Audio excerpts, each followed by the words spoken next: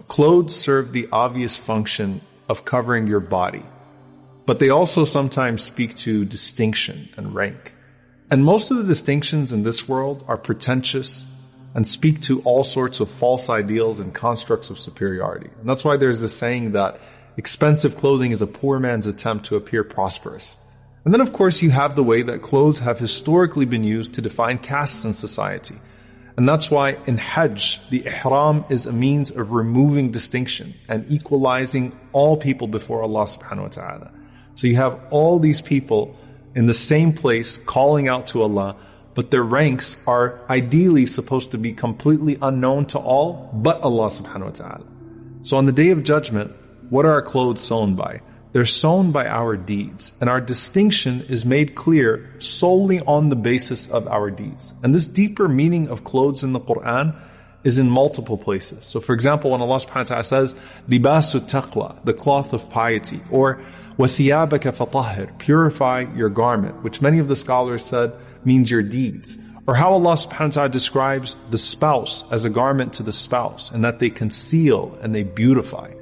So the needles with which you sew your garment in the hereafter are the days and hours passing by in this world. And the garment that you have in the hereafter is the culmination of that lifetime of sewing your garment. And for some, they're going to show up on the Day of Judgment and find no garment of good for them. And Salama radiallahu ta'ala anha describes this. She says, one night I saw the Prophet ﷺ and he kept on saying, كَم مِّن كَاسِيَةٍ فِي الدُّنْيَا عَارِيَةٍ يَوْمِ الْقِيَامَةِ. How many people are well dressed in this life only to be completely naked on the Day of Resurrection?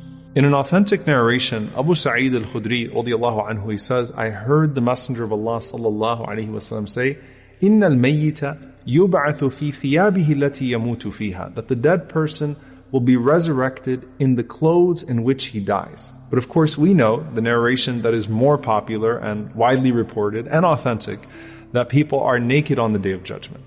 Some scholars said that this is at some point on the Day of Judgment, meaning you first show up out of your grave with the clothes that you had at death and then they're taken away. Others said that this refers to the kafan that separates the believers from the disbelievers. And some said this refers to your deeds. In any case, we have sufficient evidence to say that the priority and choice of clothing on the Day of Judgment is based upon righteousness. And it specifically surrounds this notion of honor. And honor is through two ways. Through personal piety, and then it's through honoring others, your brothers and sisters. Now the first person the Prophet ﷺ told us is going to be dressed on the Day of Judgment is our father Ibrahim alayhi salam.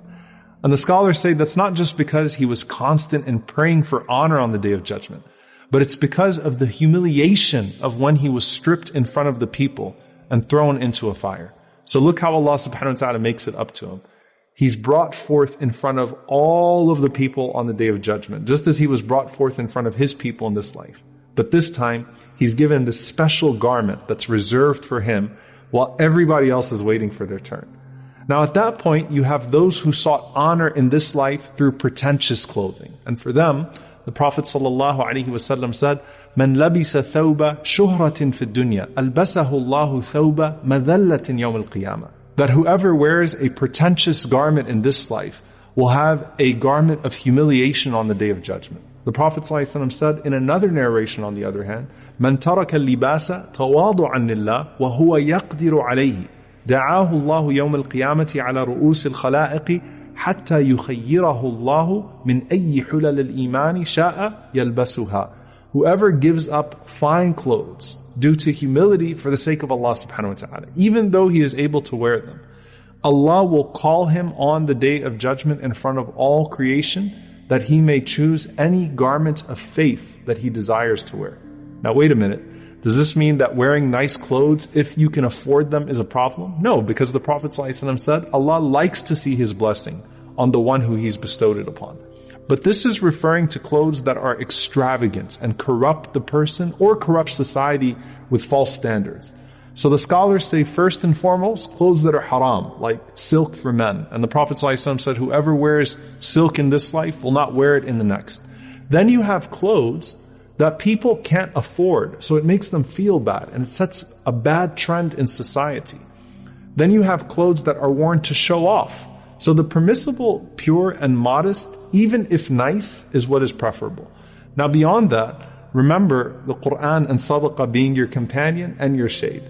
They continue to bear their blessings here when it comes to your clothing. Firstly, you have with the Qur'an. The Prophet ﷺ said, the Qur'an comes and it says to its companion, O Lord, decorate him. So he's then clothed with a crown of nobility. ثُمَّ يُقَالُ لَهُ يَا رَبِّ زِدْهُ. And then the Qur'an continues to say, O my Lord, give him more. فَيُلْبَسُ حُلَّةَ الْكَرَامَةِ. And so he's clothed with a suit of nobility. ثُمَّ يَقُولُ يَا رَبِّ إِرْضَ عَنْهُ فَيَرْضَى عَنْهُ. So then it says, O my Lord, be pleased with him. And so Allah subhanahu wa ta'ala will be pleased with him, and He will say, recite and rise up, be increased in honor for every single verse.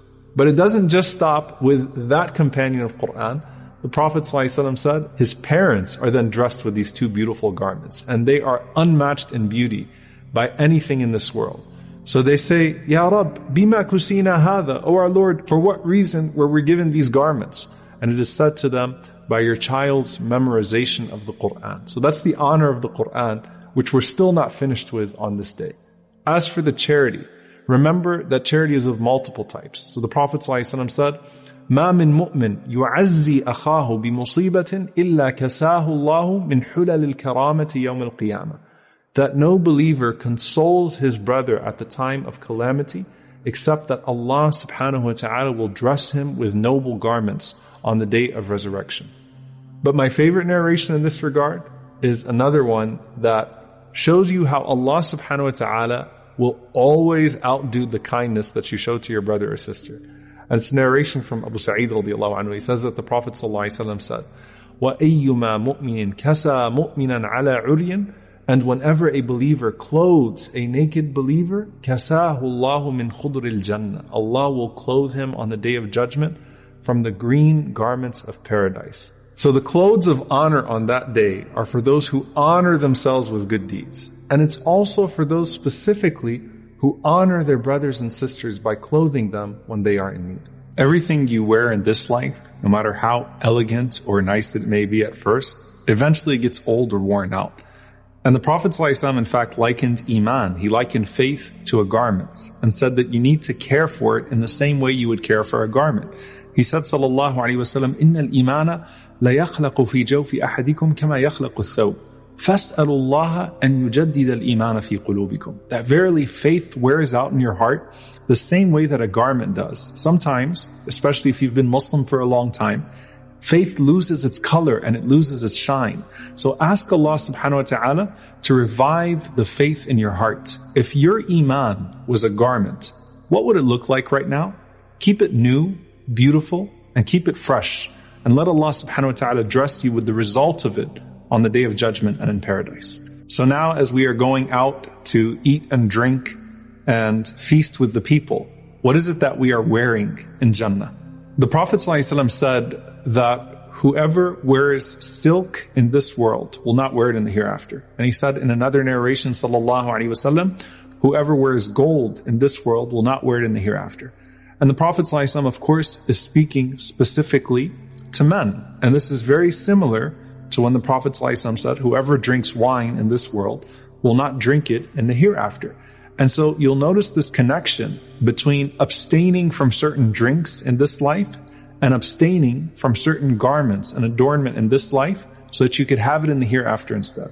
And so Allah subhanahu wa ta'ala often in the Qur'an connects the drinks of paradise with the dress of paradise. He says in Surah Al-Insan, وَجَزَاهُمْ بِمَا صَبَرُوا جَنَّةً وَحَرِيرًا. Allah subhanahu wa ta'ala will reward them for their patience with a garden and with silk robes. And then a few verses later, Allah subhanahu wa ta'ala says that the virtuous will be dressed in garments of fine green silk and rich brocade and adorned with bracelets of silver. And as we said, with these robes and with the clothes of the people of Jannah, you don't have to grab them off of the rack. Instead, you grab them off of the branches of the trees that Allah subhanahu wa ta'ala has provided to you. Now, Ibn al-Qayyim rahimahullah says about this verse in Surah Al-Insan, عَالِيَهُمْ ثِيَابٍ, upon the virtuous of them, that it shows that this is an outer garment on top of the garments that Allah subhanahu wa ta'ala has given to you. So it's like Allah subhanahu wa ta'ala is further adorning you with robes to demonstrate your rank and your virtue. It's not concealing anything, just like how you add garments for decoration and beauty. And he said, consider how Allah subhanahu wa ta'ala mentions both the beauty of the outside of the person with the garments that he adorns them with, and the pleasure of the inside of the person with the pure wine and drink that he's giving to them. So you've already bathed in the rivers of Jannah that removed any impurity and imperfection inside out. And now Allah subhanahu wa ta'ala is increasing your pleasure through wine and drink on the inside and adornment on the outside. And if the drinks are precise in Jannah, when Allah subhanahu wa ta'ala says, قَدَّرُوهَا تَقْدِيرًا, they're in perfect proportion, imagine how perfectly fitted the tailored clothes of Jannah are. And Allah subhanahu wa ta'ala says, يُحَلَّوْنَ فِيهَا مِنْ أَسَاوِرَ مِنْ ذَهَبٍ وَلُؤْلُؤًا وَلِبَاسُهُمْ فِيهَا حَرِيرٌ. And here they will be adorned with golden bracelets and pearls. And there they will have silken garments. Now you have the wine, and you have the silk garments, and now you have gold bracelets. And these bracelets will not just be gold, but they'll also have exotic pearls on them. And how are the bracelets being made? Now, subhanAllah, we mentioned in the previous episode that you have a bull that is grazing in Jannah, ready to be sacrificed for you. So is there a jeweler in Jannah for you? Ka'b radiyallahu ta'ala anhu said that Allah subhanahu wa ta'ala has created an angel who is assigned with the duty of shaping the jewelry of the people of paradise until the day of judgment. So just like your palaces, your food, your drink, your gardens are already in preparation, your jewelry is already being made by an angel in paradise. And he said that if one bangle of the jewelry of the people of paradise was brought out, it would diminish the light of the sun. So imagine if the entire sets of jewelry of the people of paradise were shown to this world. SubhanAllah, people try to stack valleys of gold in this life, and they're never satisfied, even though they know they can't take it with them to the grave. But imagine 1 carat of gold, 1 pearl from Jannah, is better than the entire world and everything that is within it. And the Prophet ﷺ confirmed this in one hadith. He said, if as little as what could be placed on a fingernail of what is in paradise were to become apparent to the people of this world, it would have beautified the entirety of the heavens and the earth. And if a man among the people of paradise were to appear and his bracelets were made apparent, it would blot out the light of the sun. In another narration, 1 pearl from the dress of a woman of paradise would light up what is between the east and the west. And in one narration, the Prophet ﷺ said, they will have bracelets of gold and silver, garlands of pearl and ruby, and they will have crowns on them, like the crowns of kings. But what are these crowns on their heads from? And is there a difference between them? While everyone in Jannah has some sort of a crown, not all crowns are equal. And the greatest crown is the crown of the Qur'an for the Hufaz and for their parents. The Prophet ﷺ said that the parents of the one who memorizes the Qur'an will be dressed with 2 robes, which could not be valued by anything in this world. And they will say as they are being dressed with this robe, Ya Rabb, O our Lord, why are we given this? And it will be said to them, because of your child's learning of the Qur'an. And of course, the shaheed has a crown that is unlike any other crown. And it's narrated from Al-Miqdad radiyallahu ta'ala anhu that a crown of honor will be placed upon the head of the shaheed. 1 ruby of that crown is better than this world and everything that is in it. Now, as for the combs, and why do you need combs if your hair is never disheveled, right? The combs are of gold, and that's merely to add beauty. So every time you comb your hair in Jannah, it merely adds to its beauty, but you're not fixing anything in Jannah. In the same way that we have perfume, even though the Prophet ﷺ said what? We naturally smell like musk. So this is just to add to your fragrance in Al-Jannah. And of course, this is the same thing with the outer garments that we mentioned that don't need to conceal anything, but only further beautify us. Now, before you ask yourself what type of garment you would want in paradise, ask yourself now, what type of a garment are you in this dunya? Do you conceal your brother's faults so that you may be concealed and beautified in paradise?